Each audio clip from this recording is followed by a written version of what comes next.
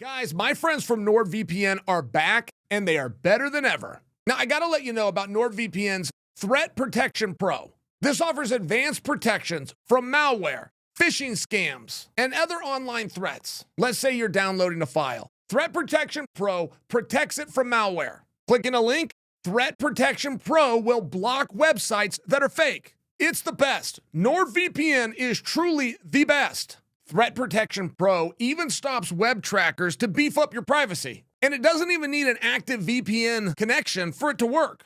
Just enable the feature when you download the NordVPN app. Then sit back, relax, and enjoy a better version of the internet. This works on Mac OS or Windows. Guys, just go to nordvpn.com/Sonnen. Get the NordVPN 2-year plan plus 4 extra months. It is risk-free with Nord's 30-day money-back guarantee. Guys, you want me to really save you a step? Just click on the link below. Hey Siri, text Sean O'Malley. Are you fighting for the title next? Whatever you tell me is public. This has been going around for a little while, quite frankly. I think that Sean could have got an immediate rematch with Merab. Sean was so frustrated after that damn fight for many different reasons. Like, first off, you just have a post-fight blues. You just have a post-fight letdown, win or lose. It swings a little harder when you lose. Sean in that fight had done a record. He is the #1 spot in front of Conor McGregor, in front of you get it, record. He is a record. You probably don't know what it is. You shouldn't know what it is. You've never been told what it is, and that in and of itself has a right to piss Sean off. It bothers me. But he has the live gate record. Are you aware of that? There has never been a live gate of business, including Conor McGregor, ever, like the one that Sean produced in his last fight. A lot of credit to that went to Sphere. But the record before that was Madison Square Garden. A lot of the reason that Eddie and Conor did such business was Madison Square Garden. That's not part of the story, because that's not how this deal works. Whoever the top draw of the card the night that the gate is done holds the record. I'm just sharing for you. They never gave any of this to Sean.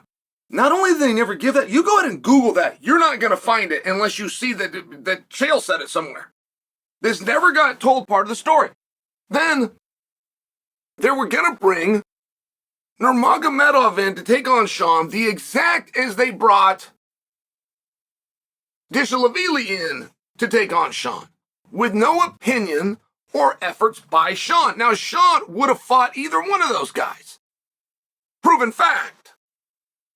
But to think that he wouldn't be a little bit annoyed that he doesn't get to have his career and play the game like everyone else, which is to go out to the public, which he's done a very good job of building a relationship, and start to sway opinions, like the same option that everyone else is given, to act like he wouldn't be annoyed that his next opponent has been flown in and is sitting right there with a notepad, studying him.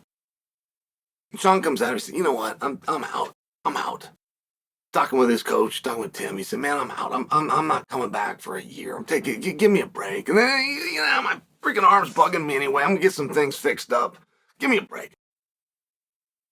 That does not mean my arm is hurt, I'm out for a year, even though those the words were used. Guys, Adesanya had just done that, for example, except Adesanya took 6 years. Do you remember this? Adesanya, he got down in the dumps one time. He didn't want to talk about it. He said, I'm taking 6 years off, and when I come back, I'm coming to kickboxing. That was his polite way of saying, stop asking me about this effing sport for now. I'm just at the end of my own personal wits. That's all that he meant. So, there'd be no reason for Sean to come back quick. There'd be no reason for him not to say that. There'd be no reason for him not to buy himself a little bit of time when the last thing he wants to do is talk about this sport, his own fighting. He's on a show that he's already committed to do. So he can't say, I'm not going to talk about it in any degree, but I'm sharing what he really meant. It's very relevant. There'd be no reason not to do that because they already had Nurmagomedov going to take on Dvalishvili. That's going to take some level of time. Sean can come in on the back end, and that ends up working about to the 10 months to a year that he was referencing in the first place. But then it gets revealed to us that Nurmagomedov isn't quite as secure in his position to contest for the title as we were once told.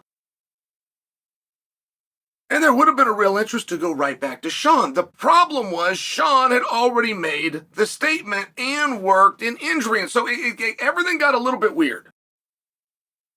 Great. Time heals all wounds. And Nurmagomedov got his shot. Nurmagomedov, based on that shot, with just a little bit of finesse, would have got himself an immediate another shot.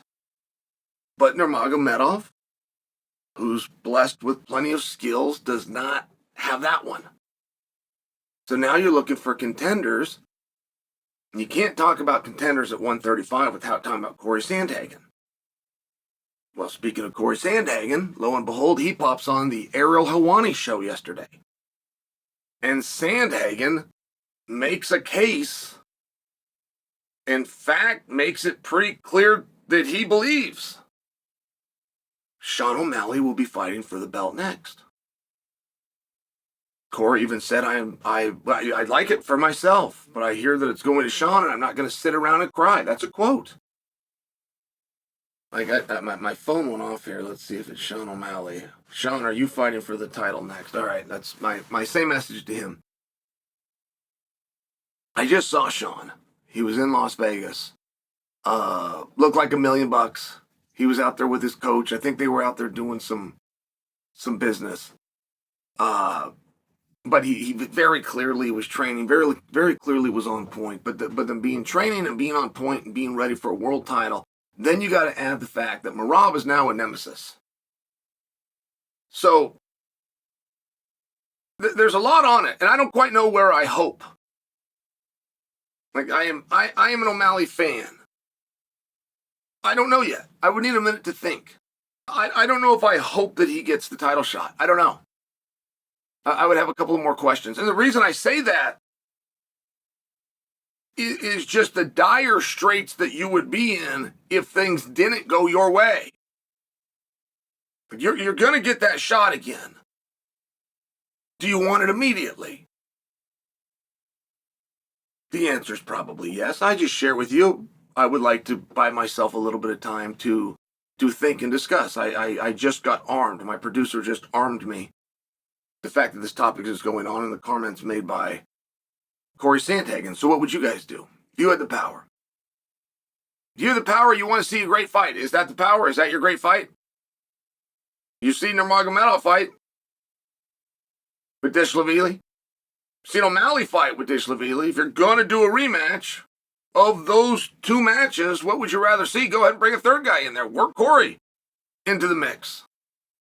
Who should fight Merab next for the championship?